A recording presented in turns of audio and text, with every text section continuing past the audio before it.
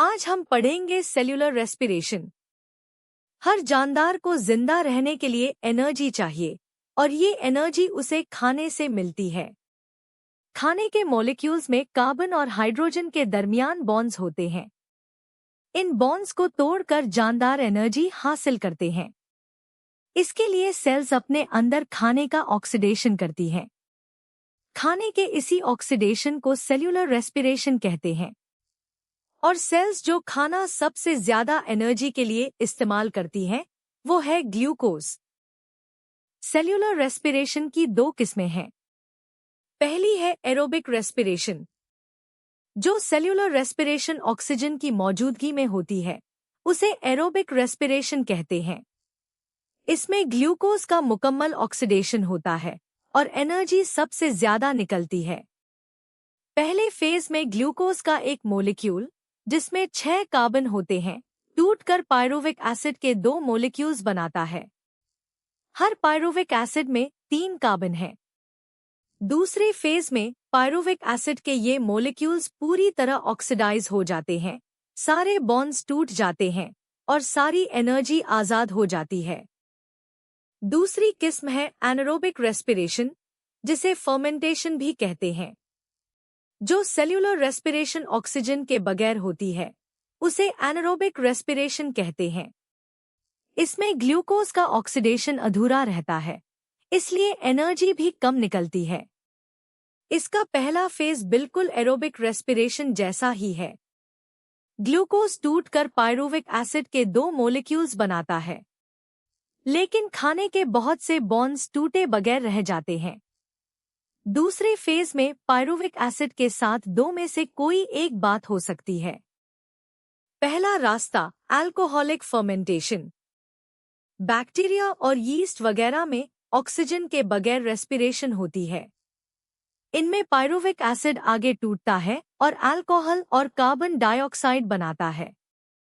2 pyruvic acid से 2 ethyl alcohol और 2 carbon dioxide बनते हैं। एनारोबिक रेस्पिरेशन की इस किस्म को अल्कोहलिक फर्मेंटेशन कहते हैं। यीस्ट और बैक्टीरिया बेरीज की शक्कर को अल्कोहल में बदल देते हैं और वो बेरीज खाने वाले परिंदे नशे में उड़ते नजर आते हैं। दूसरा रास्ता लैक्टिक एसिड फर्मेंटेशन। इंसानों और दूसरे जानवरों के स्केलेटल मसल्स में ऑक्सीजन के बगैर रेस्पिरेशन होती है। यहाँ पायरुविक एसिड हाइड्रोजन हासिल करता है और लैक्टिक एसिड में बदल जाता है। 2 पायरुविक एसिड और 4 हाइड्रोजन मिलकर 2 लैक्टिक एसिड बनाते हैं। एनारोबिक रेस्पिरेशन की इस किस्म को लैक्टिक एसिड फर्मेंटेशन कहते हैं। फर्मेंटेशन इतनी अहम क्यों है?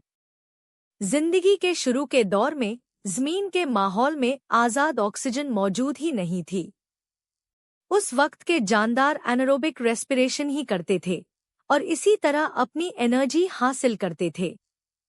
आज भी कुछ बैक्टीरिया और कुछ फंजाई एनारोबिक रेस्पिरेशन से एनर्जी लेते हैं।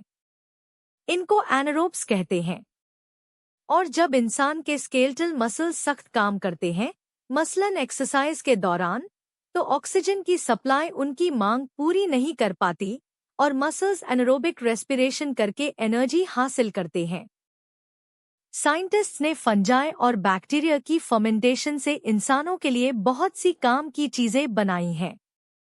बैक्टीरिया की फर्मेंटेशन चीज और योगर्ट बनाने में इस्तेमाल होती है।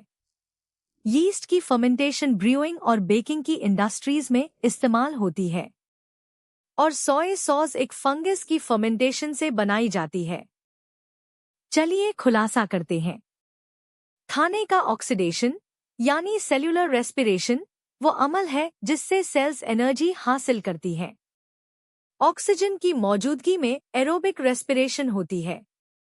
मुकम्मल ऑक्सीडेशन और सबसे ज्यादा एनर्जी। ऑक्सीजन के बगैर एनारोबिक रेस्पिरेशन या फर्मेंटेशन होती है। अधूरा ऑक्सीडेशन और कम एनर्जी।